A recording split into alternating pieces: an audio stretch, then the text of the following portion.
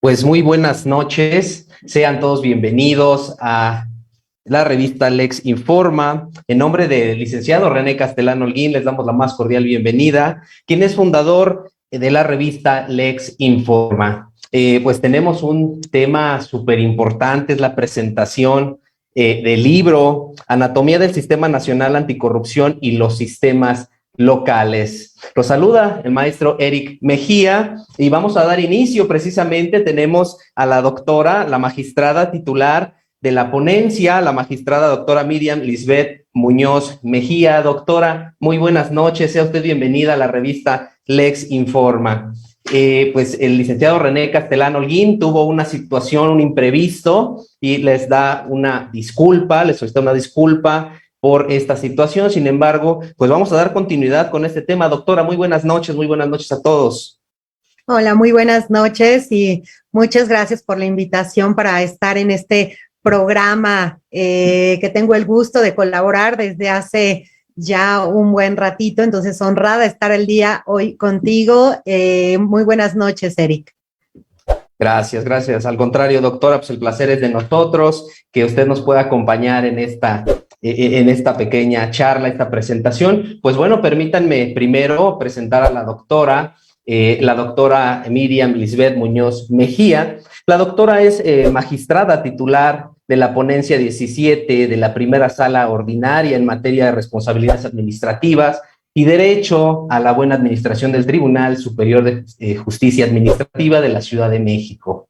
Nos va precisamente a presentar su libro. Ahorita vamos a adentrarnos a la presentación del libro. Sin embargo, el tema es la anatomía del Sistema Nacional de Anticorrupción y los sistemas locales. Pues la doctora, además de ser licenciada en Derecho, también es maestra y doctora en Derecho, tiene especialización en Derecho Administrativo, diplomado en Derecho Administrativo, ha tomado más de 20 cursos en combate a la corrupción, responsabilidades administrativas, transparencia y protección de datos personales, ética pública, bueno, entre otros. Doctora, nos vamos a pasar toda la noche con toda su preparación. Actualmente, la doctora, la magistrada, es catedrática definitiva por concurso de oposición en la Facultad de Derecho de la UNAM. También la doctora, pues, es autora, por supuesto, de su libro Anatomía del Sistema Nacional de Anticorrupción y los Sistemas Locales.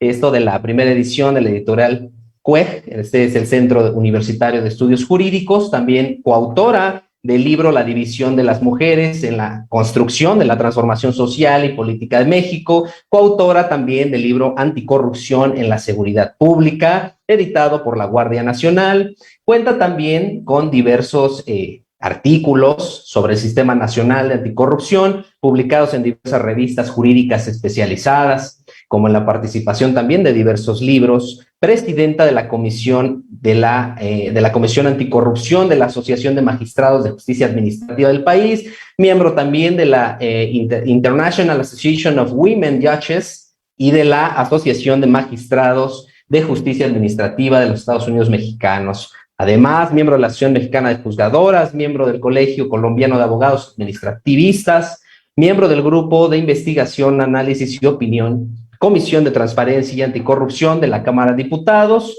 También ha sido miembro del Colegio de Profesores de Derecho Laboral, Colegio de Profesores de Derecho Administrativo, de la Facultad de Derecho y de Profesores de Derecho Procesal en la UNAM. Esto, por supuesto, en CEU. Pues, doctora, este es nada más un poquito de lo que tiene usted. Si no, pues nos vamos a pasar aquí toda la noche con su currículum. Sin embargo, bueno, este tema tan importante que lo es la anatomía del Sistema Nacional Anticorrupción, precisamente nos va a usted a ilustrar con este libro, con esta presentación de su libro, que precisamente lleva este tema de anatomía del Sistema Nacional de Anticorrupción y los sistemas locales. Les comparto, así como una introducción, que este libro, pues de sus capítulos, a mi forma muy particular, pues tiene cuestiones muy interesantes. Por ejemplo, el primer capítulo, pues nos habla precisamente de la integración, ¿no?, de todos estos sistemas. Un siguiente capítulo del marco normativo, esto tratando del ámbito convencional, la reforma constitucionales, las leyes locales. Un siguiente capítulo de los sistemas comparados, ¿sí? Y finalmente la instauración de los sistemas locales. Por supuesto, la doctora magistrada pues, tiene su propuesta. Pero bueno, entonces yo dejo en uso de la voz, doctora, por favor, para que usted continúe indicándonos el contenido de su libro. Por favor, doctora, tiene el uso de la voz.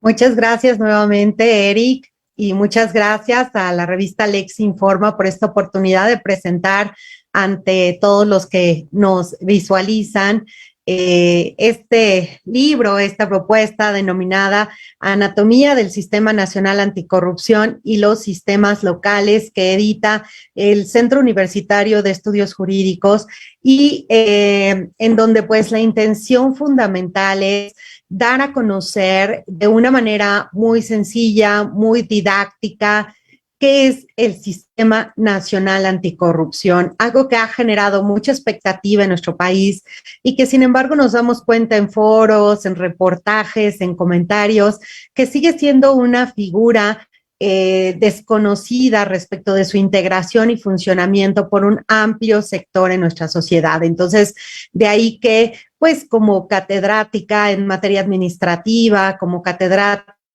en materia de responsabilidades administrativas y como ciudadana preocupada por el combate a la corrupción, pues se plantea esta propuesta para difundir un poco en la medida que los libros nos lo permiten, qué es el sistema, cómo está funcionando, cómo opera, su objeto, su integración, y pues que con ello cada uno tengamos las herramientas necesarias para poder exigir a las autoridades correspondientes que realicen de una manera adecuada su papel en el combate a la corrupción, pero también integrarnos cada uno de nosotros como ciudadano en este combate, porque estoy convencida que la única forma de acabar con este mal, con este flagelo que tanto nos daña a todos como sociedad, no solo en México, sino a nivel mundial, pues sigue siendo la participación de cada uno de nosotros, que todos asumamos una responsabilidad y un compromiso en el combate de este mal. Y bueno, en México, pues por supuesto que tenemos además una responsabilidad enorme y un compromiso tremendo por abatir la corrupción, dado que desde hace algunos años estamos en los primeros lugares, desafortunadamente, de altos niveles de corrupción. Entonces, estamos entre los países calificados como más corruptos. Entonces necesitamos un cambio ya, y este cambio también se ha asumido con un gran compromiso y con una gran responsabilidad desde el gobierno. Tan es así que precisamente en el año 2015 México reconoce la necesidad de crear un nuevo diseño institucional para el combate a la corrupción. De ahí que precisamente en este año 2015 se haya promulgado esta reforma constitucional para implementar el Sistema Nacional Anticorrupción.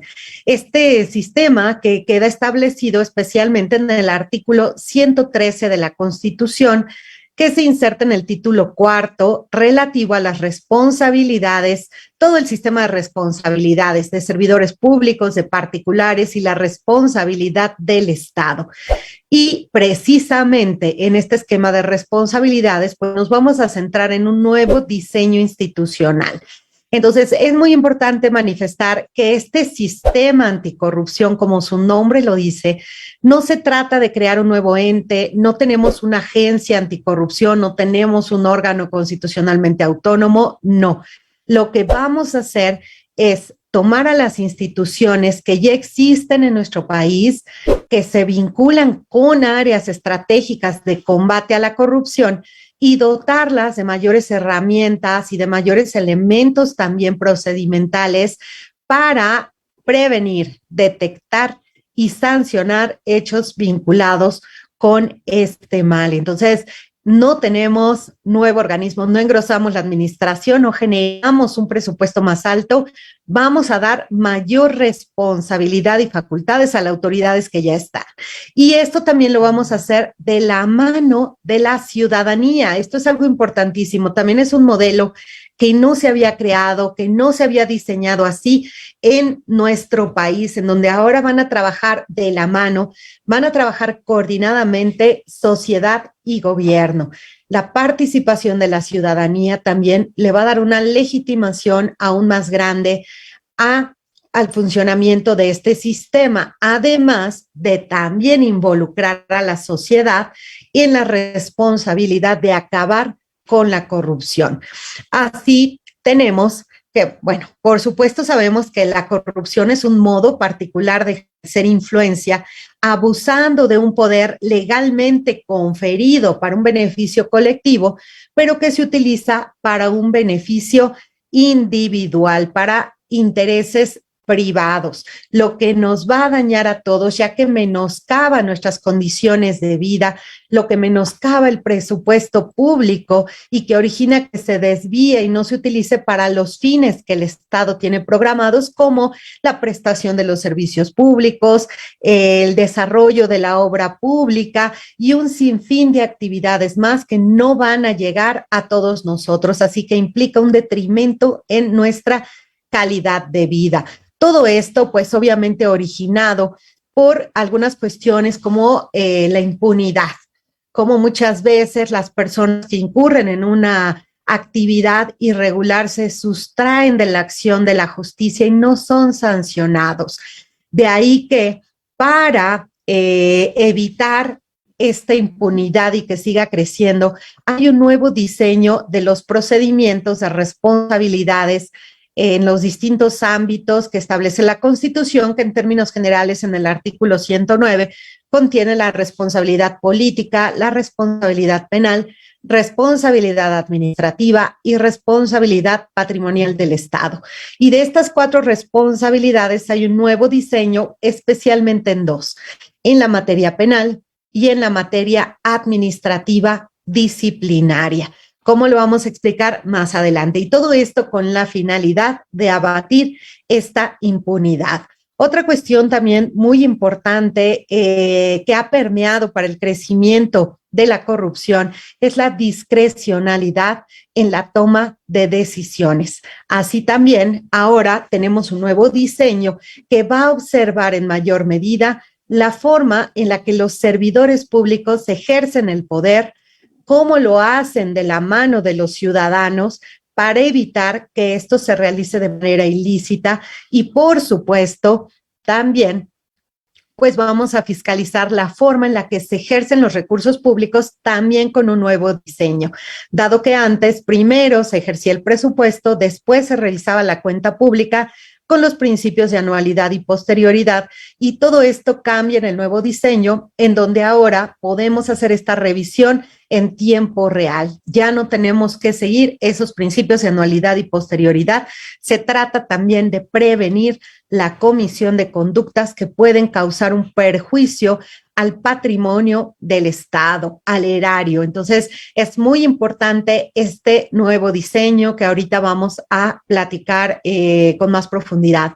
También les decía que vamos a revisar esa actuación de gobierno con la sociedad, porque es muy explorado que en esta materia, en materia de combate a la corrupción, pues ya se ha analizado que uno de los puntos en donde se detecta con mayor medida este ejercicio indebido del poder en perjuicio de la ciudadanía es en los puntos de contacto entre sociedad y gobierno. Por ejemplo, en la realización de trámites, que acudimos ante una autoridad y en muchas ocasiones hay autoridades que, abusando de ese poder, nos piden dádivas o nos piden realizar algo a cambio de realizar una función que por ley tienen conferida, que deberían realizar porque ya obtienen un emolumento, ya tienen un salario para la actividad que realizan. Entonces, no tendrían por qué solicitarle al particular una retribución o una cantidad de dinero o la realización de alguna cuestión que los beneficie por un trámite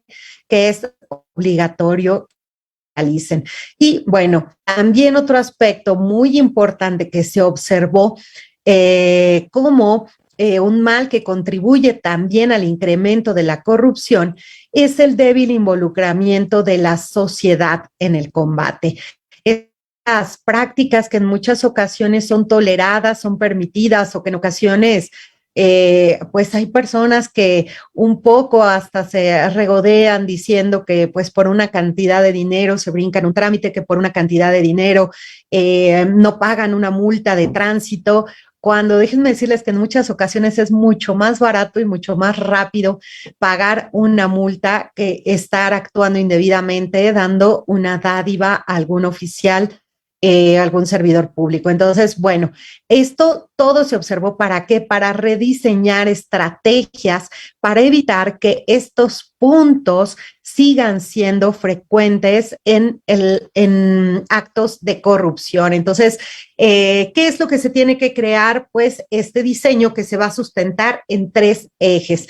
El Sistema Nacional Anticorrupción tiene 3 ejes prioritarios: prevención, detección y sanción de los actos de corrupción, tanto en materia administrativa, en materia penal y sobre todo en la fiscalización y control del ejercicio del gasto público. Son los 3 ejes principales. Así, bueno, lo que sucedió es que en 2015, para instaurar todo este nuevo rediseño, se tuvo que realizar una modificación al texto constitucional. Y esta fue de tal magnitud que se reformaron 14 preceptos constitucionales. Entonces, si bien encontramos al Sistema Nacional Anticorrupción en el artículo 113, lo cierto es que fueron 14 preceptos. En el libro, precisamente en el capítulo 2, hacemos alusión a estos 14 preceptos de cada uno de estos preceptos. ¿Por qué se modifican y para qué? Pues precisamente para dotar de estructura y coherencia al nuevo diseño institucional para el combate a la corrupción. Así, bueno, pues tenemos, decíamos, reforma 14 preceptos al artículo 22, 28, 41, 73, 74, 76, 79, 104, a todo el título 4 de la Constitución relativa a las responsabilidades, artículos 108, 109, 113, 114. También se reforman el 116 y el 122 en mayo de 2015. Y bueno, en esta reforma se establece que se deberán expedir leyes marco, leyes que van a dar estructura y soporte a este nuevo sistema y que estas deberán expedirse un año después. Esto es en 2016. Lo que efectivamente sucedió fueron publicadas en 2016, algunas entran en vigor en 2017. ¿Y cuáles son estas leyes que se modificaron? Bueno, aquí se les denominaba las 7 leyes y 7 leyes porque fueron 4 leyes nuevas y 3 leyes que realmente fueron reformadas. ¿Por qué se emitieron 4 leyes nuevas? Bueno, una, porque precisamente se refiere a la Ley General del Sistema Nacional Anticorrupción, que no existía, y en donde se van a plasmar el objetivo del sistema, también su integración y el funcionamiento de cada uno de los comités y de los sistemas locales anticorrupción que lo conforman y que ahorita más adelante voy a mencionar. Y bueno, entonces tenemos en primer lugar la Ley General del Sistema Nacional Anticorrupción. También tenemos una nueva Ley General de Responsabilidades Administrativas. Aquí encontramos un esquema muy importante en donde ya se está cambiando el paradigma del derecho disciplinario en México y que inclusive ha generado todo un nuevo movimiento para generar una dogmática nueva en materia de responsabilidades. Esta materia no es nueva. Desde la Constitución del 57 ya teníamos un sistema de responsabilidades que efectivamente ha ido evolucionando, pero que ha sufrido un parteaguas con este nuevo diseño que se establece a partir del surgimiento del Sistema Nacional Anticorrupción. ¿Por qué? Porque en esta ley, en primer lugar, se van a homologar los procedimientos, las faltas y las sanciones para todos los servidores públicos del país. Es decir, ya no vamos a tener leyes diferentes en cada entidad federativa y en el ámbito federal, sino que esta es una ley marco, es una ley modelo que debe seguirse en todas las entidades. Antes encontrábamos en algún lugar determinadas faltas o teníamos que había facultades discrecionales de las autoridades resolutoras para determinar en qué casos una conducta se consideraba grave y sancionarla con mayor fuerza. Sin embargo, ahora la nueva ley contiene un novedoso catálogo de faltas graves y faltas no graves.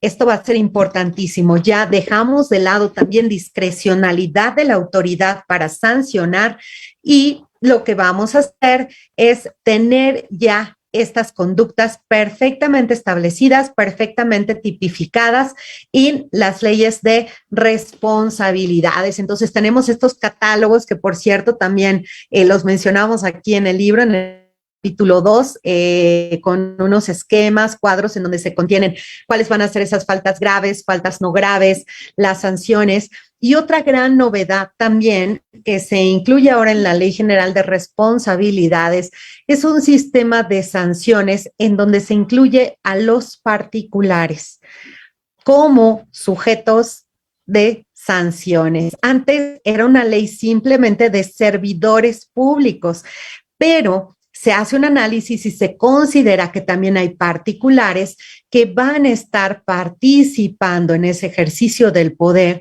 y que se benefician también indebidamente. Así que si hay un beneficio indebido por esta interacción que tienen con los servidores públicos, como por ejemplo sucede o ha sucedido mucho en el tema de licitaciones, en donde hay muchos esquemas para evadir la ley y obtener beneficios indebidos a costa del dinero que aportamos, ¿no? Del dinero que contribuimos al Estado y que decíamos se desvía de su objeto principal para beneficiar a unos cuantos.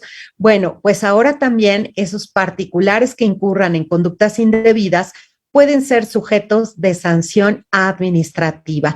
Así que encontramos que esta ley sanciona a servidores públicos y particulares.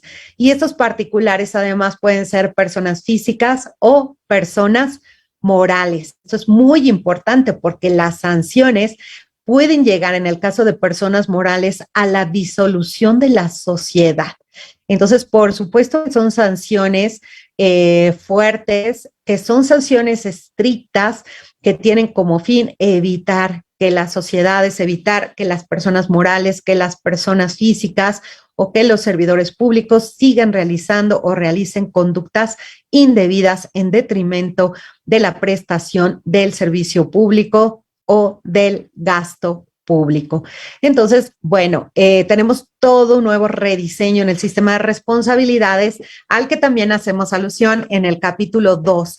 ¿Por qué? Pues porque considero que es muy importante no solamente saber qué es el sistema, cómo opera y su objeto, sino también todas las leyes que le dan marco y estructura y cómo se va a vincular con un cúmulo de actividades que fueron reformadas y rediseñadas a partir de la creación de estas leyes. Así que en este capítulo 2, pues se alude a esta ley general del sistema, la ley general de responsabilidades, cuáles son las novedades, cuál es el nuevo procedimiento, en donde además se involucran nuevas autoridades, como por ejemplo los tribunales de justicia administrativa, que ahora tienen un papel esencial e importantísimo, diferente al que tradicionalmente han jugado, ¿no? Porque los tribunales sabemos que siempre han sido garantes de la legalidad de la actuación de las autoridades administrativas, evitando los abusos del poder.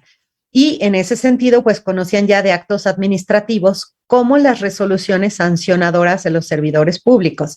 Sin embargo, ahora, tratándose de faltas graves, los tribunales, a través de las salas especializadas, vamos a ser sancionadores en el caso de conductas graves.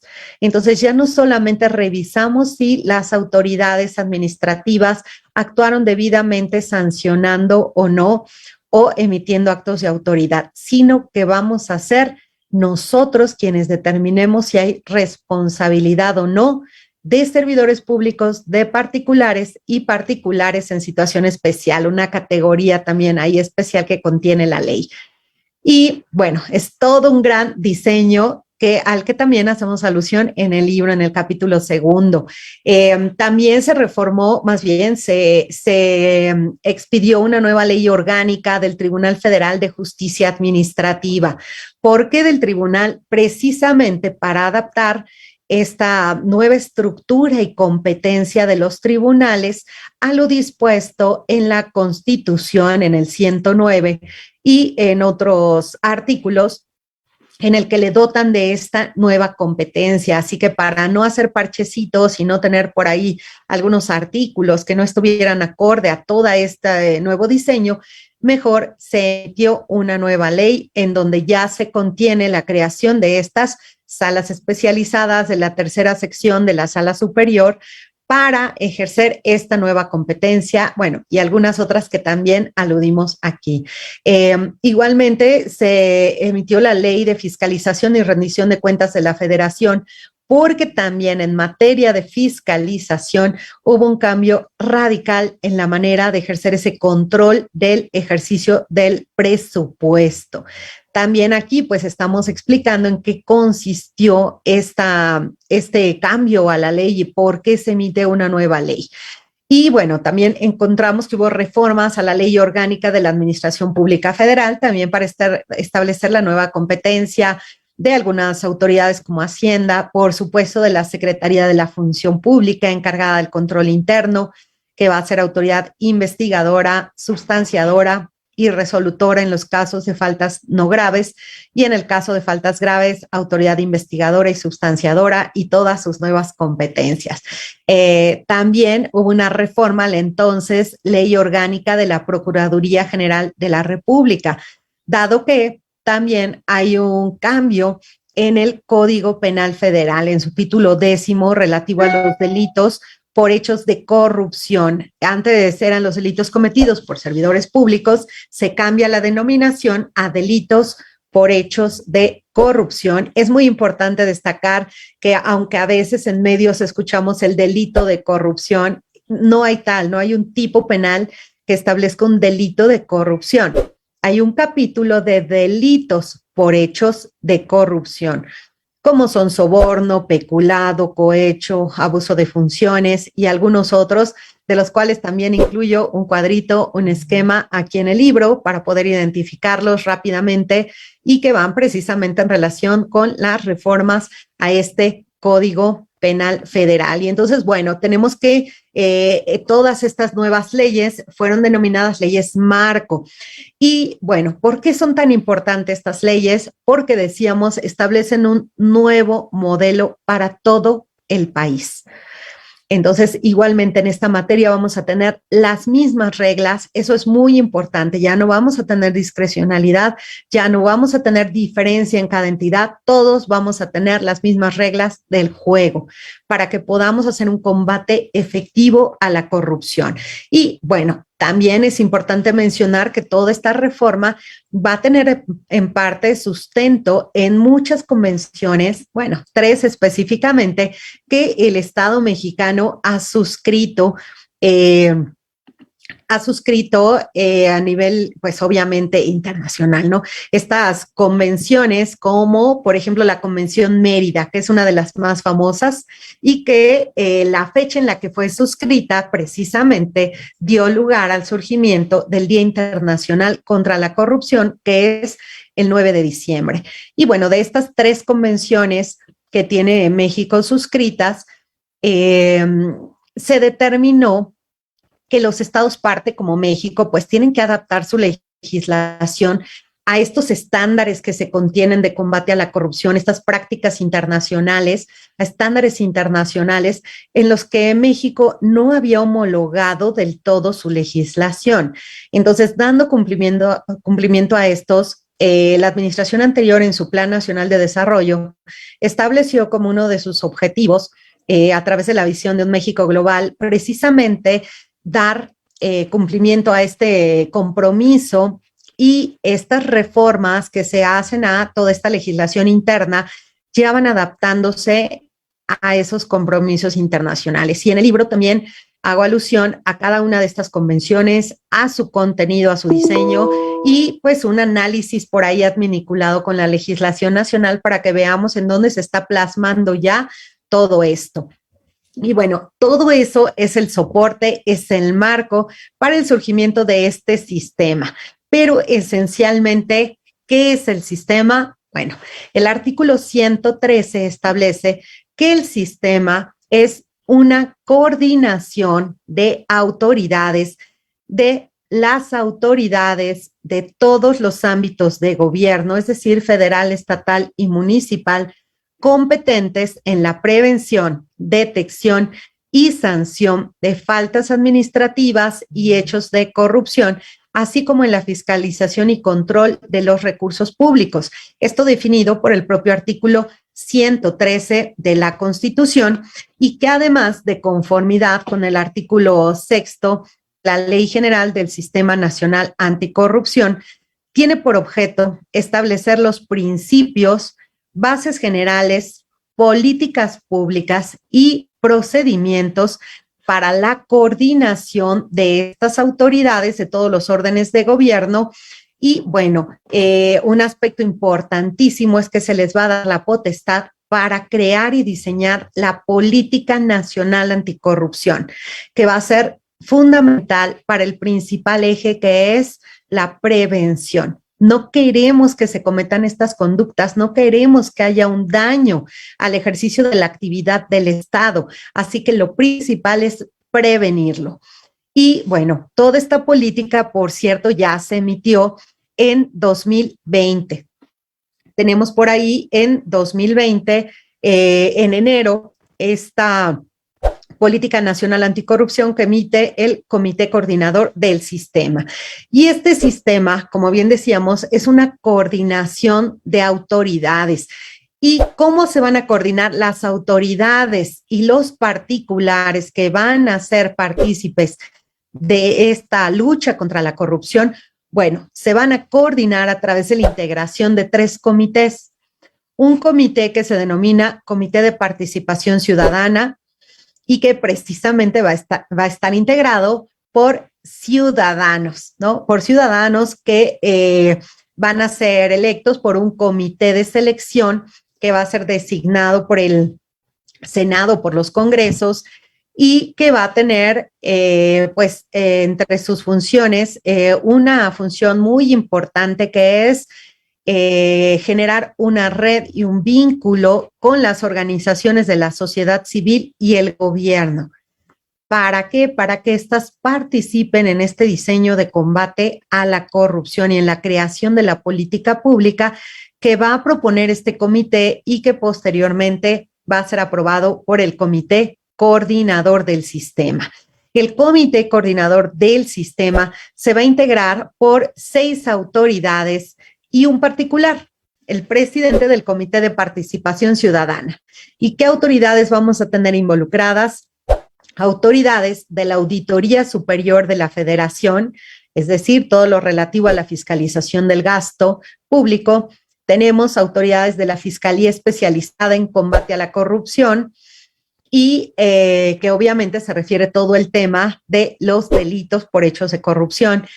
Vamos a tener a la titular de la Secretaría de la Función Pública, por supuesto, todo el control interno del servicio público, de los servidores públicos, al Consejo de la Judicatura Federal, un representante también por esta parte de, son ellos los encargados de las responsabilidades en el Poder Judicial, al Instituto Nacional de Acceso a la Información para todo el tema de la transparencia, que también es un esquema fundamental para el combate a la corrupción y para evitarla.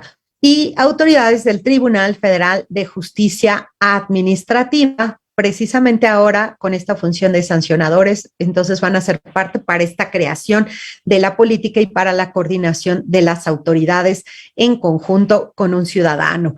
El tercer comité que va a integrar este sistema va a ser el Comité Rector del Sistema Nacional de Fiscalización, integrado pues por todas las autoridades que ejercen el control interno y externo de la administración pública, es decir, Secretaría de la Función Pública, órganos internos de control y las auditorías, la superior de la Federación y las de las entidades federativas. Y otro aspecto fundamental que debemos considerar en la integración de este sistema nacional es que incluye la creación de 32 sistemas locales.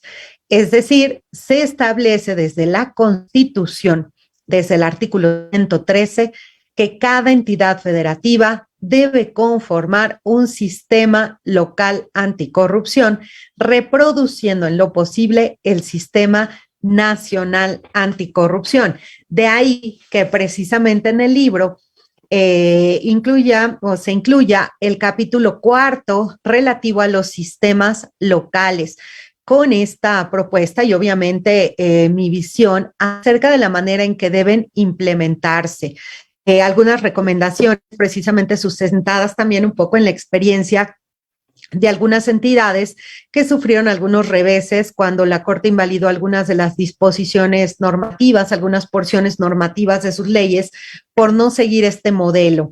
Y cuestiones que son muy importantes de observar, como la capacitación constante de los operadores del sistema, la selección de los perfiles, la transparencia en los procesos de designación de los servidores públicos que van a ser estos operadores del sistema. Entonces, es muy importante el aspecto de los sistemas locales y a veces encontramos libros en los que únicamente se habla del sistema nacional, pero no se alude a los sistemas locales y a la problemática que encierra, por ejemplo, en la disyuntiva de crear sistemas municipales o no, que los sistemas municipales no están contemplados en el diseño del sistema nacional, pero algunas entidades han interpretado que deben conformarse sistemas municipales porque el 113 habla de coordinación de las autoridades de todos los ámbitos de gobierno, que incluye, por supuesto, el ámbito municipal, que es uno de los más importantes en la organización administrativa de nuestro estado, porque el municipio siempre es la organización más cercana a la gente. Así que puede tener, ¿no?, esa sensibilidad para saber cuál es la problemática de combate a la corrupción. Pero bueno, hacemos algunas reflexiones de por qué, en mi caso, yo estimo que no pueden conformarse sistemas municipales, porque además acarrearía una problemática tremenda para todo el país al no poder integrar conforme a la estructura del sistema nacional y, bueno, también el presupuesto que se va a generar, ¿no? Y ahora imagínense si ha sido difícil en estos años que lleva el sistema conformar los sistemas locales, que algunos apenas van quedando debidamente integrados, que algunos no han ni siquiera empezado a diseñar su política anticorrupción estatal, y son 32 sistemas locales. Ahora, los más de 2,000 municipios que existen en nuestro país, bueno, va a ser una tarea que se vislumbra compleja.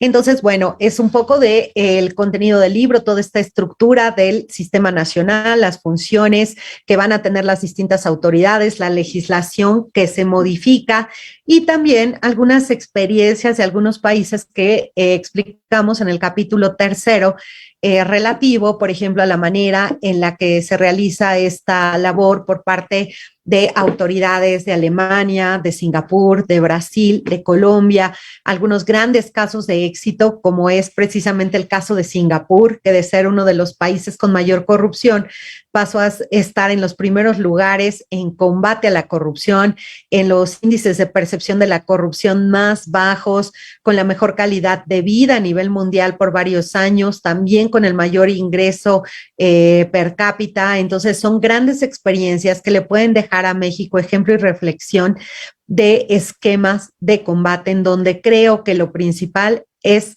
abatir la impunidad. Y para eso necesitamos participar todos. Así que pues nuevamente los invito a adquirir el libro, a acercarse y conocer qué es el sistema, cómo opera, cómo podemos ser parte nosotros también de este sistema y del combate a la corrupción en México. Muchas gracias. Magistrada, pues bastante interesante todo lo que nos ha comentado al respecto de su capitulado. Abordó de manera precisa cada uno de los capítulos que contiene su libro y esto conllevó pues a varias dudas. Tengo aquí ya varias preguntas que quieren hacerle pues relacionado con lo que nos acaba de hablar, y de igual manera a todos los que nos siguen en la revista Alex Informa, pueden hacer todas las preguntas. Ahorita la doctora pues nos dará la respuesta, ¿no?, de cada una de ellas. Sin mayor preámbulo, doctora, mire, hay varias preguntas que se repiten, que son: ¿dónde adquirimos el libro? También varias preguntas son: ¿qué costo aproximado tiene? Varias preguntas son: si puede usted dedicar esos libros, ¿cómo puede hacerle, pues obviamente, los seguidores para poder que usted nos pudiera dedicar ese libro? ¿Qué hacemos, doctora? Muchas gracias.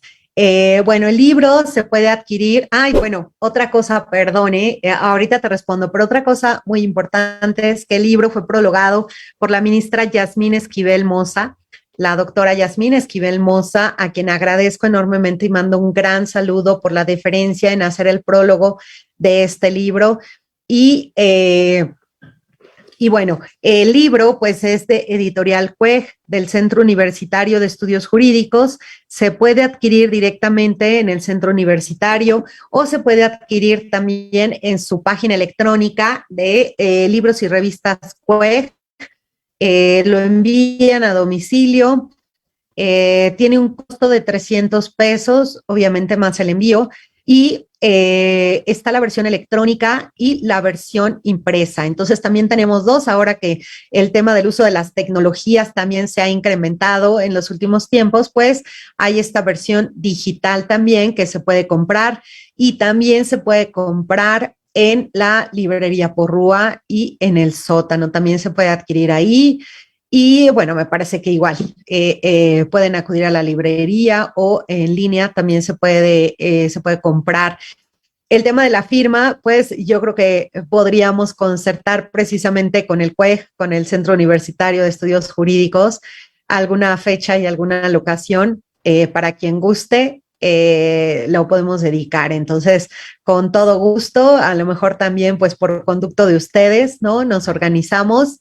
Ahí se puede generar algún vínculo para que yo con todo gusto se los dedique a quien desee que así lo hagamos. Gracias. Muchas gracias, doctora. Bueno, esas eran varias preguntas de lo mismo. Y doctora, yo creo que la persona que pregunta se conectó un poquito más tarde, pero nos dice en concreto cuál es su propuesta para eliminar la corrupción. Una pregunta muy interesante. La propuesta para eliminar la corrupción es precisamente que cada uno de nosotros asumamos el compromiso de ser partícipes. En la medida de que cada uno desde su trinchera, cada uno en lo posible no contribuya con estos actos de corrupción o también se involucre con el nuevo sistema de denuncias, que es muy importante comentar que se está dando una gran facilidad para hacer denuncias que pueden realizarse inclusive de manera anónima. Hay portales digitales en la Secretaría de la Función Pública, hay portales que también hay en cada una de las dependencias en donde podemos realizar denuncia, se puede hacer vía telefónica, se puede hacer por correo, les digo, puede ser inclusive anónima, porque entendemos, o las autoridades han entendido, que en muchos casos se tiene miedo de denunciar por las represalias que se pudieran generar, ¿no? Cuando podemos ser identificables, pues por supuesto que subsiste un miedo, de ahí que inclusive la Secretaría de la Función Pública haya emitido unos lineamientos para la presentación de las denuncias por una figura que denominan alertadores de la corrupción, que hay alertadores internos y alertadores externos. Internos cuando se refiere a servidores públicos, precisamente por ser parte de la estructura de gobierno, y externos cuando se refiere a los particulares. Y esto con la finalidad de que cualquiera de nosotros que tenga conocimiento de algún acto indebido, pues haga esta denuncia respectiva ante las autoridades, brindando todos los elementos que estén a nuestro alcance para que la autoridad pueda contar con ellos y así iniciar las investigaciones y sancionar. La única forma de abatir la impunidad es a través de la participación de todos, sobre todo con esta denuncia, que hagamos para que se eviten este tipo de conductas. Entonces creo que es eso, asumir cada uno de nosotros responsabilidad en el combate a la corrupción, es lo único que nos puede llevar a generar un cambio. Si nosotros consideramos que corresponde únicamente a las autoridades, no se va a lograr este cambio, porque es una tarea y una responsabilidad de todos. Gracias. Magistrada, muchas gracias. Muchas gracias. Pues mire, nos pregunta Julián Israel. Dice, disculpe, magistrada Miriam, en el capítulo 2 del libro de su autoría y del análisis que realizó en el ámbito internacional de las convenciones para el combate a la corrupción, la pregunta es que si en México se ha cumplido de manera oportuna con las directrices y compromisos internacionales suscritos y cómo se ha reflejado esto en el marco jurídico nacional. Gracias, pues esta pregunta interesante, efectivamente, creo que ahora hay una gran tendencia a voltear hacia el marco internacional, a las convenciones y tratados internacionales para cumplir con estos controles de convencionalidad a los que estamos obligados los juzgadores. Entonces es muy importante que en efecto en el libro hago un análisis de las 3 convenciones, de la Convención Interamericana contra la Corrupción, de la Organización de los Estados Americanos, también de la Convención para combatir el cohecho de servidores públicos extranjeros en transacciones comerciales internacionales, de la OCDE y, por supuesto, la Convención Mérida. Es un tema amplio y complejo. Realmente, por un lado, los invitaría a acercarse al libro, a leer este capítulo segundo, porque es bastante amplio de describir. Sin embargo, en términos generales, yo considero que con todo este nuevo entramado legislativo sí se está dando cumplimiento. Ya teníamos muchas cuestiones como en materia penal, ¿no? Este delito cometido por servidores públicos en transacciones comerciales internacionales, sobre todo se habla mucho del cohecho, de peculado, que ya tenemos en nuestra legislación, pero también hay muchas otras reglas, por ejemplo, en materia administrativa, a través de las cuales se busca prevenir, detectar y sancionar los actos de corrupción, por ejemplo, con estos esquemas de denuncia que van a contribuir de una manera enorme. Ya existía antes la denuncia, por supuesto, pero ahora se establecen reglas novedosas como el hecho de que ésta pueda ser anónima y de estos diseños para facilitar esta denuncia como en estos portales de la Secretaría de la Función Pública. También, por ejemplo, se hace alusión a los perfiles, al sistema de control que debe haber en la selección de las personas que van a ocupar cargos públicos, en el tema de género, en el tema de respeto a derechos humanos, en el tema de capacitar a todos los operadores de este sistema en el ámbito penal, en el ámbito administrativo, transparencia, fiscalización y control de gasto público, de que estén perfectamente capacitados y, te decía, de que haya transparencia en el ejercicio de la función. Entonces, son una serie de situaciones que nos hemos dado cuenta que el Estado mexicano ha ido adaptando. Entonces, son varias las normas en las que se contribuye con esta finalidad, pero en términos generales podríamos decir que es el ámbito penal, el ámbito administrativo y en materia de transparencia. Entonces, sí hay muchísimas cosas a las que ya creo que nuestra legislación está adaptada a lo que establecen estas convenciones internacionales y en donde ya nosotros también estamos participando en estos estándares internacionales. Inclusive te podría mencionar que un aspecto muy importante que suena mucho también en redes ahora que está muy de moda es el tema del compliance, ¿no? El tema de esta responsabilidad empresarial que se está generando del cumplimiento de muchas obligaciones en materia administrativa y materia de transparencia. Se habla mucho precisamente de estándares internacionales, pero por otro lado, generalmente no volteamos a las leyes internas y es en la Ley General de Responsabilidades, en su artículo 25, que se establecen los parámetros que deben cumplir las empresas, como contar también con códigos de ética, circularlos, este tema nuevamente de la capacitación, el tema de un sistema de denuncias también en las empresas,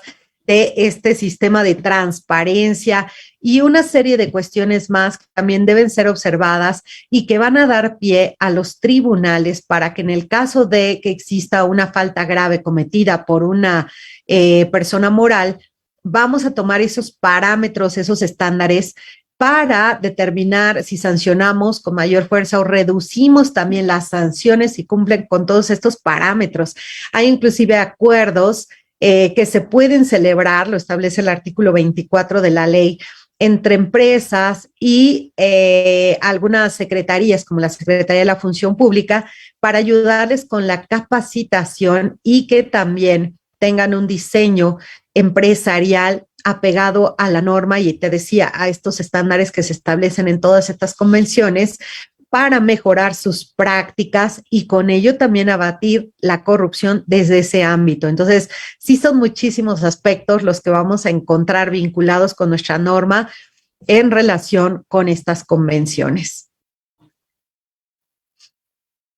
Gracias, magistrada. Usted tocó un tema, creo que va encaminada esa pregunta, de los salarios de los servidores públicos y de estas cuestiones de corrupción de los servidores públicos. Esa es la pregunta que realizan, es que si usted cree que con los pocos salarios o recursos que el Estado les da a sus trabajadores, esto es lo que da pauta a que estos servidores públicos pues accedan de cierta manera a la corrupción. Y la pregunta en concreto es eso, que si aumentaran o incrementaran los salarios de los policías o del personal de los servidores públicos, ¿disminuiría la corrupción? Mira, el tema de la corrupción es un fenómeno complejo, es un fenómeno multifactorial en el que no podríamos establecer una sola causa para su comisión, ¿no? Hay muchísimos factores culturales, económicos, que nos van a dar pie a que una persona incurra en un acto de esta naturaleza. En muchas ocasiones, claro que hay doctrina que establece que un servidor público bien remunerado, bien pagado, pues difícilmente va a incurrir en un acto de corrupción, dado que las personas en general preferimos la estabilidad económica a arriesgarnos con estas prácticas, ¿no? A ser sancionados y a perder esa estabilidad en tanto tengamos un buen ingreso que nos dé un buen nivel de vida. Sin embargo, también tenemos muchos ejemplos de servidores públicos muy bien pagados, ¿no? Por lo menos para un parámetro social, en un promedio social que diríamos rebasan por mucho el promedio de los ingresos y sin embargo también incurren en este tipo de actos, ¿no? El contar con el poder y ejercerlo pues también trae otro tipo de dinámicas, ¿no? Hay gente a la que le gusta ejercerlo sin los límites que la ley establece. Entonces, si bien coincido en que los servidores públicos deben tener una remuneración adecuada a sus niveles de responsabilidad, a la función que realizan, al riesgo que realizan. Por ejemplo, ahorita mencionaban a los oficiales, ¿no?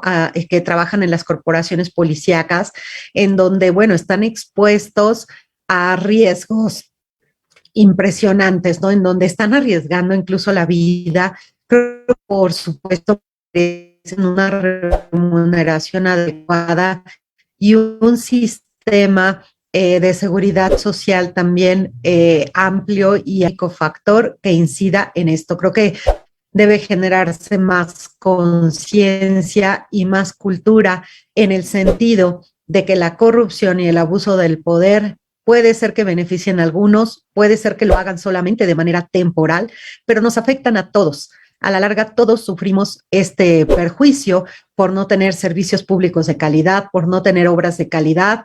Hemos visto desafortunados ejemplos de corrupción en obra pública que causan la pérdida de vidas y creo que ninguna remuneración extraordinaria va a compensar la pérdida de una vida.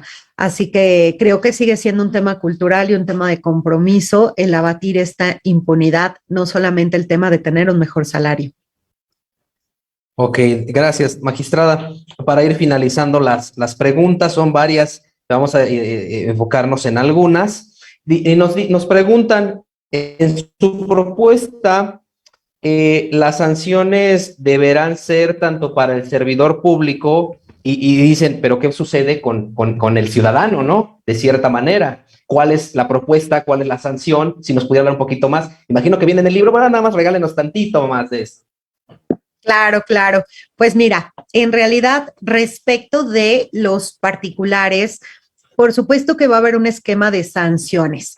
Y esto les decía es muy importante porque en muchas ocasiones cuando un servidor público actúa de manera indebida o se beneficia con el poder que está ejerciendo, pues también hay un particular del otro lado que puede estar coadyuvando y que también se puede estar beneficiando, que puede actuar de manera indebida. Entonces, bueno, en ese caso, pues por supuesto que la ley ya ha establecido algunas faltas administrativas graves. Estos pueden ser sancionados solamente por faltas graves que la ley contiene en sus artículos 66 a 72.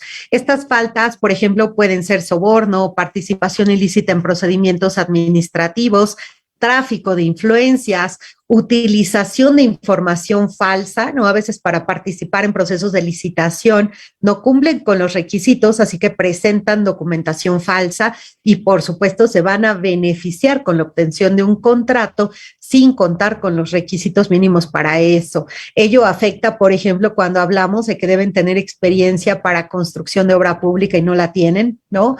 Para prestación de servicios públicos y no tienen la experiencia, pues claro que va a derivar en un daño, perjuicio a cada uno de nosotros al no haber calidad en este tipo de obras que se ejecutan o prestación de servicios.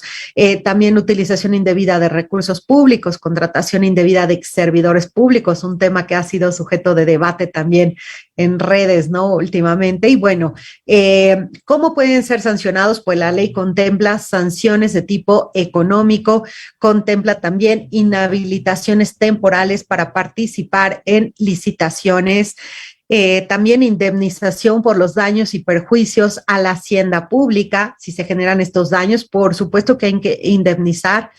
Y bueno, eso es tratándose de personas físicas. En el caso de personas morales, también pueden tener sanciones que van a ser diferentes. Aquí, pues por supuesto, también encontramos la inhabilitación temporal para participar en adquisiciones, bueno, en licitaciones en general de adquisiciones, arrendamientos, servicios u obra pública, sanciones económicas también, suspensión de actividades. Aquí te decía que también hay sanciones muy importantes porque imagínense un tribunal que como sanción le impone a una persona moral la inhabilita, esta suspensión de actividades que hace una empresa que no puede trabajar, ¿no? No puede operar, no va a generar ingresos. Y bueno, esta puede ser hasta 3 años, o sea, prácticamente, pues casi decimos que va a cerrar, ¿no? Porque pues no tener utilidades en 3 años.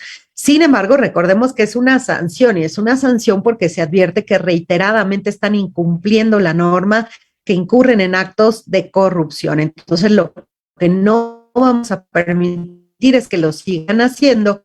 Así que ahora podemos imponerles también esta suspensión de actividades o podemos llegar hasta la disolución de la sociedad como sanción, más allá también de la indemnización que puede ser por daños o perjuicios. Entonces son algunas de las sanciones que se pueden imponer a los particulares. Como vemos, van a ser de una naturaleza diferente a los servidores públicos, a los que les podemos imponer una sanción de tipo económico, una destitución, inhabilitación o también una indemnización respecto de los daños y perjuicios causados.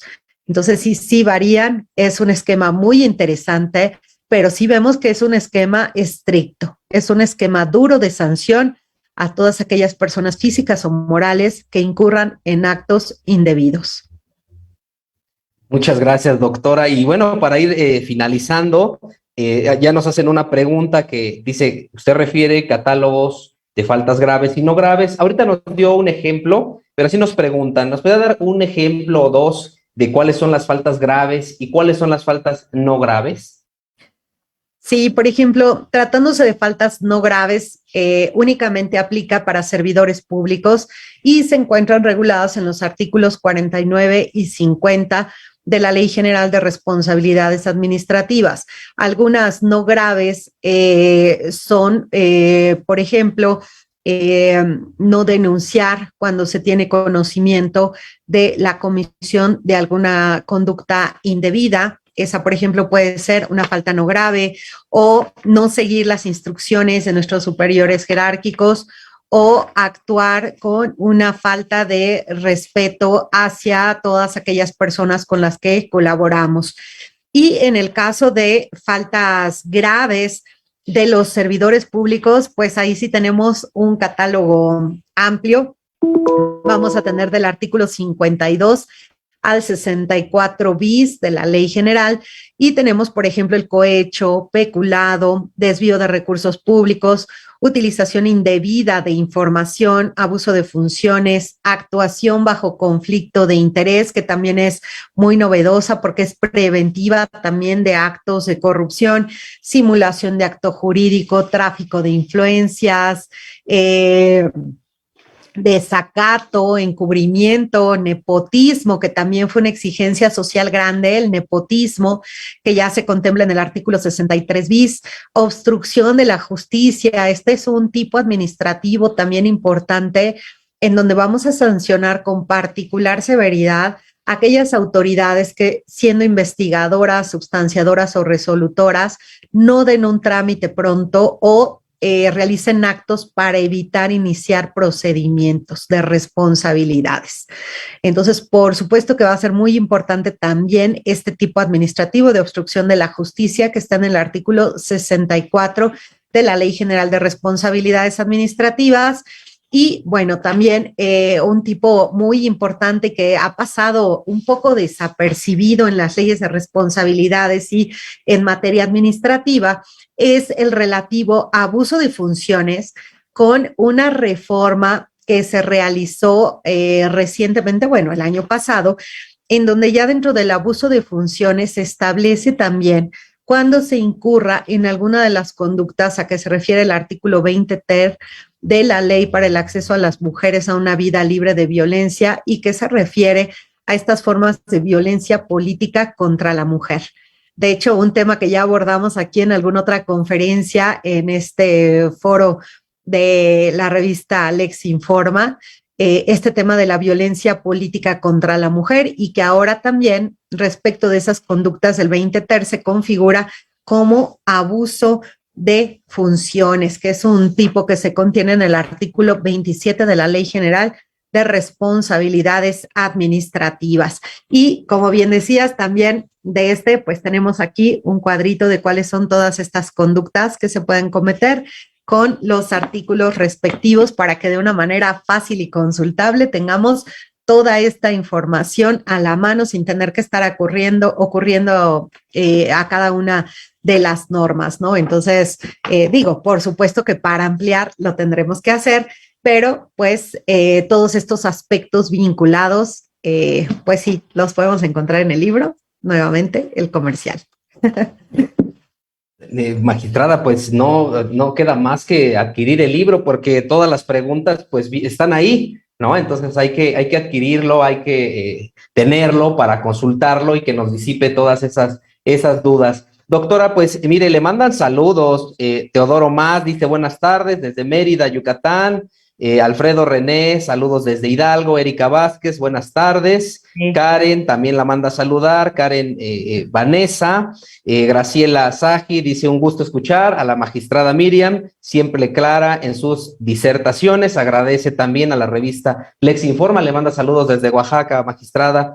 Y también Castro HZ Bren dice saludos, magistrada. Aquí está presente su equipo del Tribunal de Justicia Administrativa de la Ciudad de México. Entonces, aquí ya tiene a todos viéndola, magistrada. Y bueno, no queda más que agradecerle, doctora, si usted quiere proporcionar sus redes sociales para que la sigan, para que adquieran a lo mejor por ese conducto, un mensajito, doctora, su libro. No sé si quiera proporcionarnos sus redes sociales, doctora.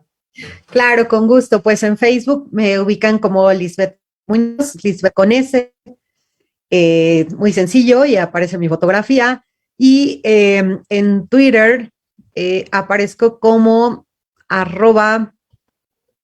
Liz Muñoz, ahí está medio raro mi Twitter, Liz Muñoz, pero también igual después lo comparto por aquí en mis redes sociales. Tengo un perfil público en Face que se llama Lisbeth Muñoz, ahí también aparece mi Twitter. Y bueno, pues esa sería la forma, igual ahí por un mensajito y les digo, se puede organizar algo para quien desee que le pueda dedicar el libro con todo gusto. Y pues nuevamente lo pueden comprar en la editorial CUE, Libros y Revistas CUE, o en Porrúa o El Sótano. Doctora, pues infinitamente agradecido a nombre del licenciado René Castellano Holguín, quien es el director y fundador de la revista Lex Informa. Le agradecemos mucho su participación, le agradecemos muchísimo que haya compartido estos conocimientos.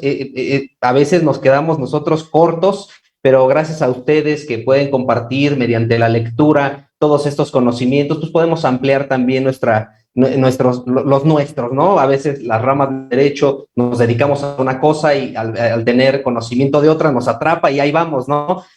Tratando de aprender más y más. Le agradecemos mucho, insisto, a nombre del licenciado René Castellano Holguín, les ofrece una disculpa por no haber podido estar con ustedes. Sin embargo, bueno, agradecemos también a todos y cada uno de los que nos siguen. Por favor, también a todos los invitamos a que nos sigan en la revista Lex Informa, en las redes sociales, Facebook, en el Instagram, también en el canal de YouTube, así como la revista Lex Informa. Se despide también de ustedes su servidor, el licenciado Eric Jonathan Mejía Iglesias. También a mí me encuentra en redes sociales como abogado Eric Mejía. Estoy a sus órdenes, muchas gracias a todos y nos despedimos, doctora. Le mando un fuerte abrazo, muchas gracias. Esperemos que no sea la última ponencia, por favor. Nos quedamos picados, nos quedamos picados. Entonces ahí estamos en contacto. Muchas gracias y los saludo. Hasta pronto. Gracias a todo el auditorio. Buenas noches. ¡Hey! ¿Te gustó el directo? No olvides seguirnos y darle like a la página. También checa el calendario de eventos para que no te pierdas tu tema favorito. Recuerda que tenemos invitados especiales expertos en su tema, así que nos vemos en el siguiente directo. ¡Hey! ¿Te gustó el directo? No olvides seguirnos y darle like a la página. También checa el calendario de eventos para que no te pierdas tu tema favorito. Recuerda que tenemos invitados especiales expertos en su tema, así que nos vemos en el siguiente directo. ¡Hey! ¿Te gustó el directo? No olvides seguirnos y darle like a la página. También checa el calendario de eventos para que no te pierdas tu tema favorito. Recuerda que tenemos invitados especiales expertos en su tema, así que nos vemos en el siguiente directo.